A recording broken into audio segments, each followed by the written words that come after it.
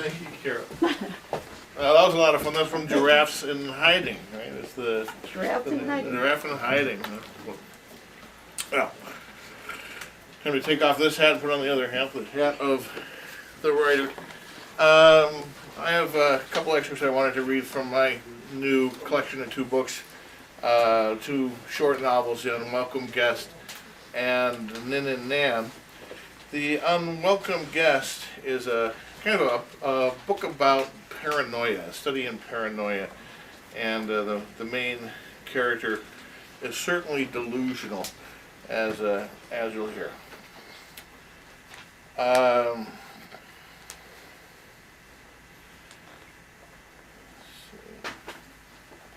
Chevy Chase picked up the beers, and Dan Aykroyd, Tim Robbins brought the weed. We drove to the lake, got drunk and stoned, sat in the trees, threw rocks into the water, and did nothing.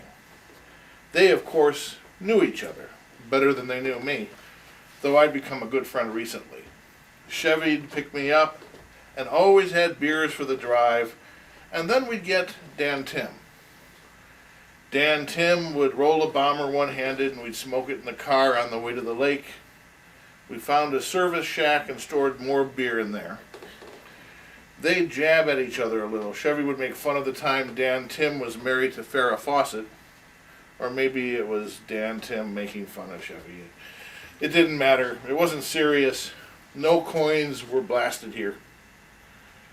During the cocaine era, Edwin used to call himself LT for Lubjek Thoth, but also an homage to his favorite cocaine-snorting linebacker.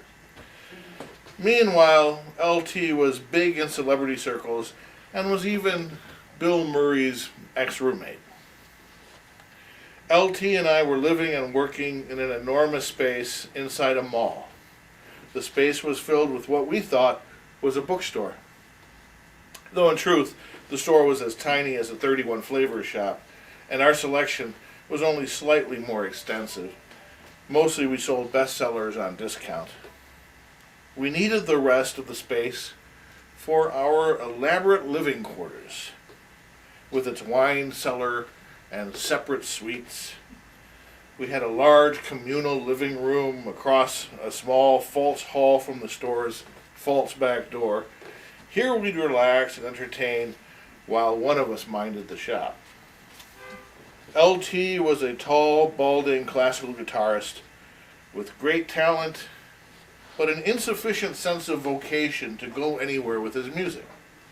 His gawky awkwardness gave him a fragility on stage that would have translated into great success had he used it. Women saw this in him and surrounded him eagerly, hoping to be the ones to loose his potential.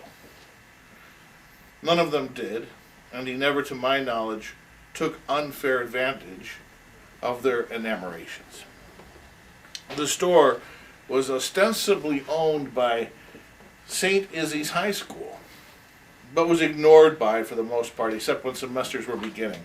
A trade bookstore in a mall receives substantially higher discounts on books than a textbook store does, so the school was able to profit sufficiently from the discount difference. That all these women would come in to see LT and he wouldn't do anything about it would bother me. The prettiest of them, Angie, was always hanging around. I liked Angie, but her sister was more interesting. Whereas Angie was perfect in every regard except she was somewhat shortchanged in the thinking department, Amelia was funny looking, with the big nose, goofy hair, and Mick Jagger lips. But she was smart. She read William Gass and could hold conversations about real writers. Unfortunately, Amelia was dating a lowlife named Vlad, whose greatest ambition was to take apart a carburetor and reassemble it, and who treated Amelia terribly. But he took her attentions, and I was left pretty much unnoticed, which meant I stayed at the register more than LT. Well, one day when LT wasn't back with Angie, probably just talking, the fool, Duggan came in the store, right when it was really busy and I had a long line. Duggan was a bad boy legend from St. Izzy's. As a senior, he had set off a pipe bomb in a bathroom and had blown off half the face of some freshman. But Duggan's dad was a congressman, so nothing ever happened to Duggan. It'd been my instinct to hate him. This time he picked up 7 or so books, piled them on the counter, and said to me he had a faculty discount. I almost choked. I knew there was no way in Christendom that the school had hired him as a teacher. I couldn't imagine Duggan ever even finishing high school. No, I said to him, staring him in the eye, "You're not on faculty." He was about to argue, but the line of customers was so long, I took the next one over him and rang her out. Duggan picked up his books and backed away to make room for her. 2 customers later, I realized Duggan and the books were both gone. I told my customer and the line to excuse me, and I went back to get LT to cover me so I could comb them all for Duggan. LT went out front, sniffing about it, but just as I was about to leave, Amelia came back into the back area. I thought she wanted to see Angie, but Amelia pushed me right back into my suite. She started telling me about how she knew I'd always liked her, and she took my head in her hands and tried to kiss me. I had no idea what had come over her, but the idea of Duggan's getting away crowded her out. "I have to go," I said. "I've got to catch a shoplifter. Wait here." I headed out toward the exit, hoping to find him, and there was Duggan, detained in conversation. Just then, I saw another St. Izzy's alumnus coming into the mall, none other than LT's old roommate and Duggan's old classmate, movie star Bill Murray. "Bill," I yelled, "get Duggan, he hasn't paid." Murray looked around and saw Duggan. Duggan was trying to weasel his way out of there, but Murray and I were upon him in an instant. "Duggan," I said, "you have 2 choices. You can pay for these books or you can go to jail right now." Duggan paid, and he was on his way. Murray and I went out of the mall and sat on the lawn for a while and decompressed. I asked him about his years at St. Izzy's and told him about mine, about how I got the job on the radio station so I could get out of Latin, and how I'd go up on the roof and smoke pot and listen to old Genesis and Martin Mull and Allman Brothers records. I told him about my novels, and he asked me which my worst was. I told him about A Million-Year Centipede, my first, which was about my visit to the Morrison Hotel in L.A. on the 7th anniversary of Jim Morrison's death.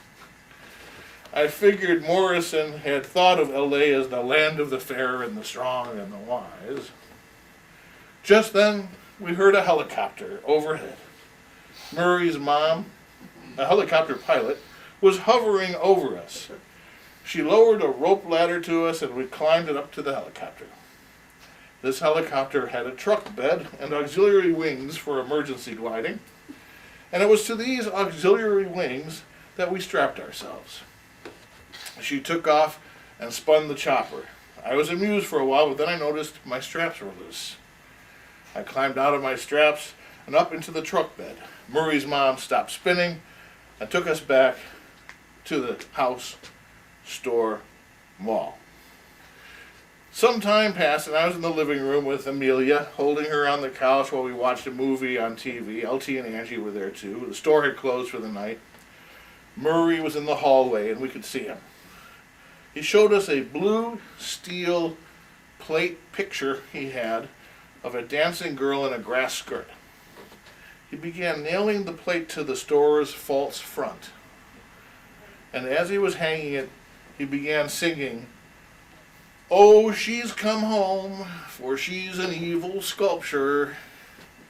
Oh, she's come home."